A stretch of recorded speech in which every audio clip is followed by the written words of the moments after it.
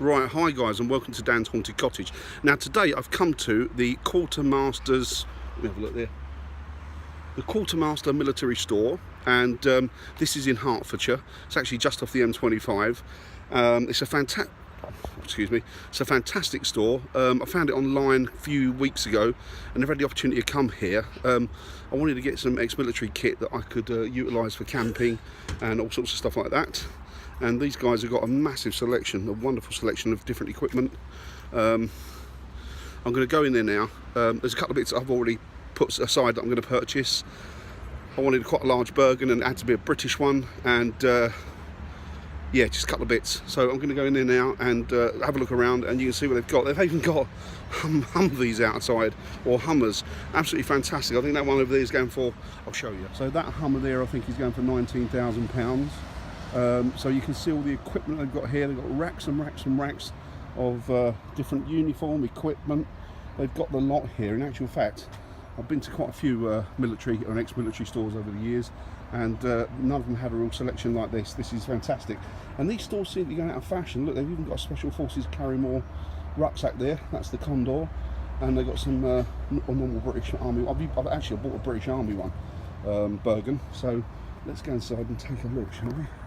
Absolutely wonderful store. So first of all, we'll just go down to the back. I suggest, guys, that if you're into, you probably know about this shop anyway. If you don't, come in here. It's absolutely fantastic. I can't imagine that there's nothing that they won't have that you require. So let's have a little look. Tons and tons and tons of stuff.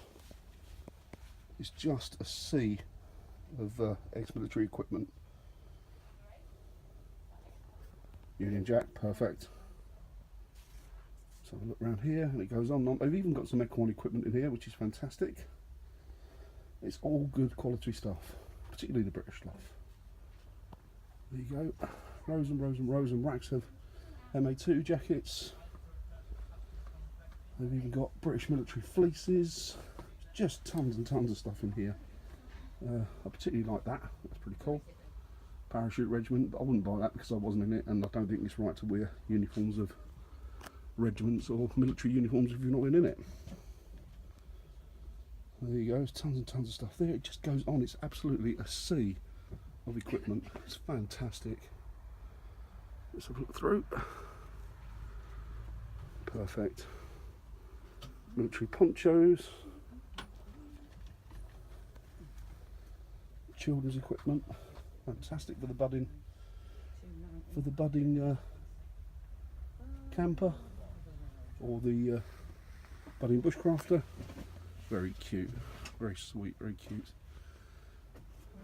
They've got everything. They've got bivvies. They've got loads and loads and loads of sleeping bags. British military. They've got little sailors. You just think it's an American sailor's uniform, it's a kids one. It's pretty cool. Everything in here that you can imagine. Look at this. They've even got ghillie suit. Brilliant.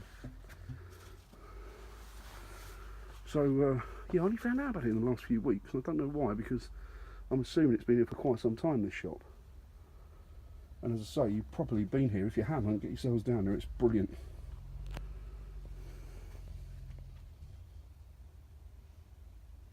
Goes on and on and on. It's an Aladdin's cave of equipment. It's a ghillie suit.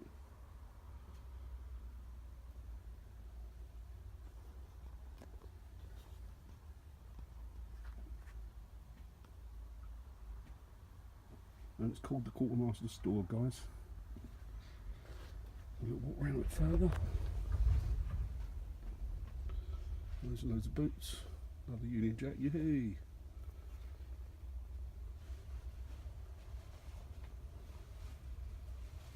Just brilliant in here. I love it, fantastic. I'll definitely be making this a regular stop of mine.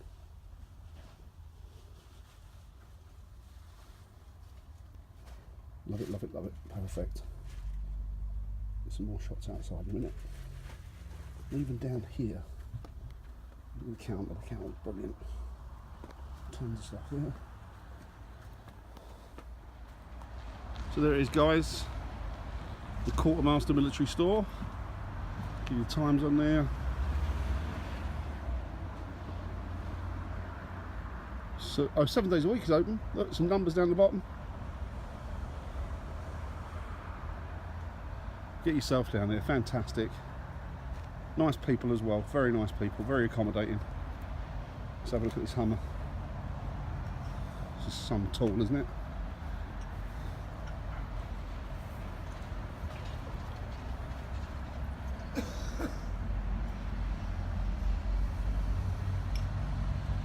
I've never been this close to one before.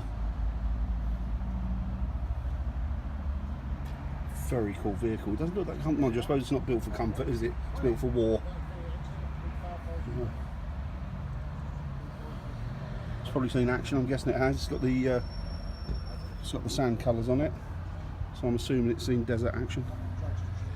There you go, guys. Look at that. For sale, there you go. 19,500 British pounds. Perfect. It's a running that's going to cost you.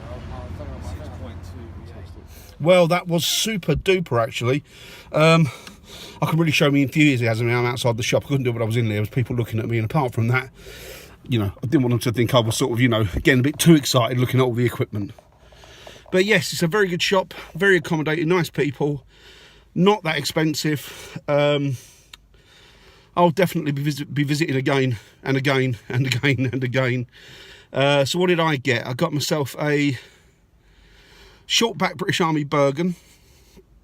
I would say near perfect, A quality. I got myself a brand new British Army Basher, which I'll use for sheltering, and I'll probably use it at the back of the van as well to cover the back, like a shower curtain or just an extra bit of room. Just keep the back open and use that to sort of cover it.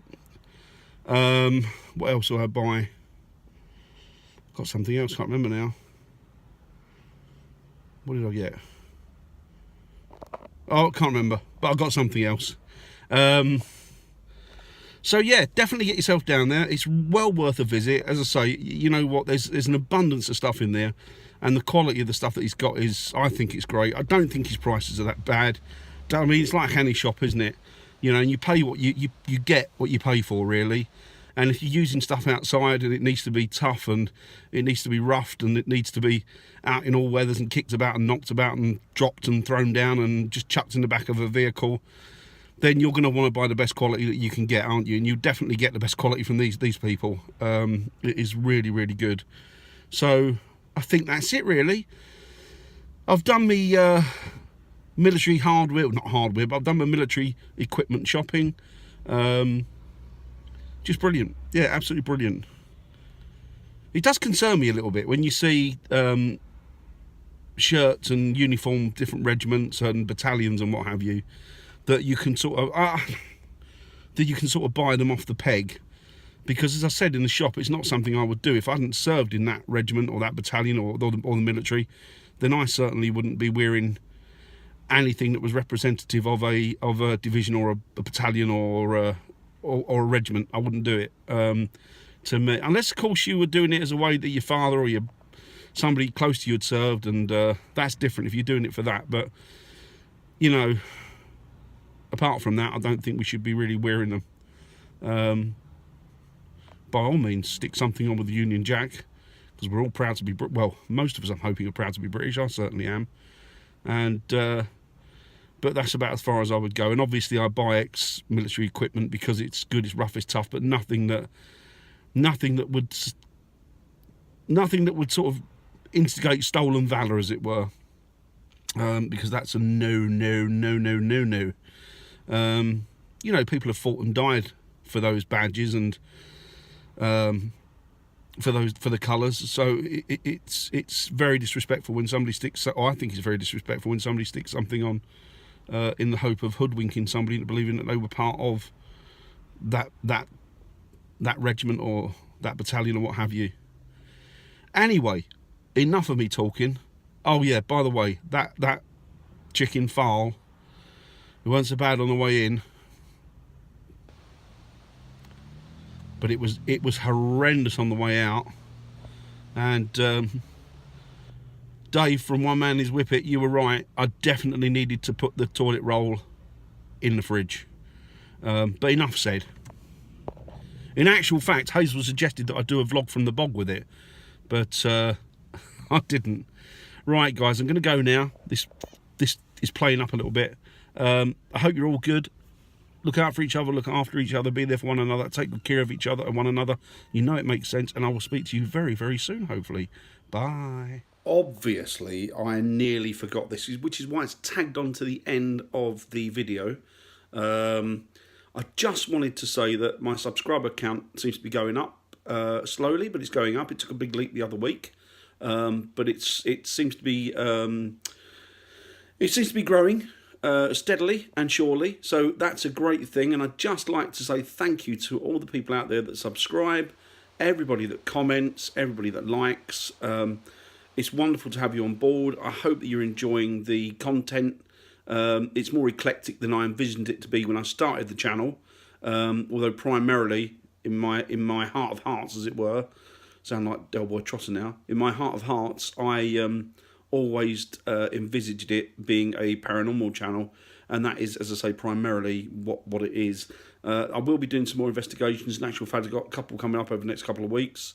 One of them I'm going to be making into a Halloween special, because it's quite a special one, actually. It's a very, very special one, because it's up north, and it's a property that has got a whole plethora of paranormal activity. It's said to be very, very active. There haven't been, I believe, that many people that have had full access to it over the years. And what makes it very special is that we will be the last ghost hunters, the last paranormal investigation team to actually go in there, because it goes into new hands as of later on this year or early next year. And so it's being closed down to be completely... well, it's going to get not developed. It's not going to get developed, but it's going to be. They're going to put a lot of money and a lot of effort into putting it back into its former glory. And it's a beautiful property. It's quite a large property, and I'm really excited about doing it. And you know, to be the last paranormal investigators in there, the last ghost hunters, really is a kind of a tick in our book. It's a very special thing to think that there won't be anybody else, sadly, going into that property to investigate after we've left. So yeah, that's it really. So that's going to be, I'm going this Friday actually. I'm going to do the investigation, but it's going to be a special one, and it's going to be the Halloween special, because let's face it, I need to put a paranormal vlog on, an investigation for Halloween, don't I? Otherwise, it wouldn't be Dan's Haunted House, would it? So that's going to be, there is another one I'm going to be doing in a couple of weeks, well, November I think, with a fellow YouTuber. Again, it's going to be in Yorkshire.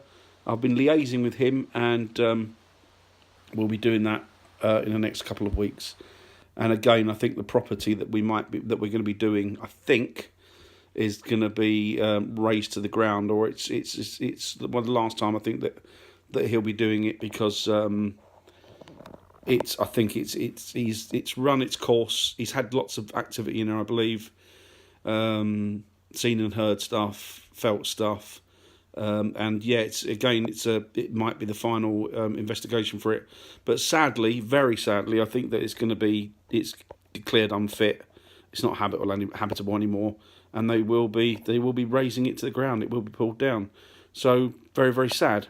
But we'll get in there, and we'll try and do it justice, and we'll try and keep its memory alive.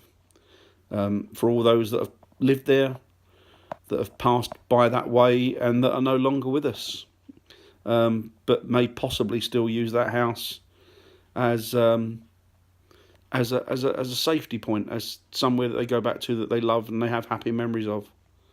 So anyway, I'm not going to get too melancholy or philosophical.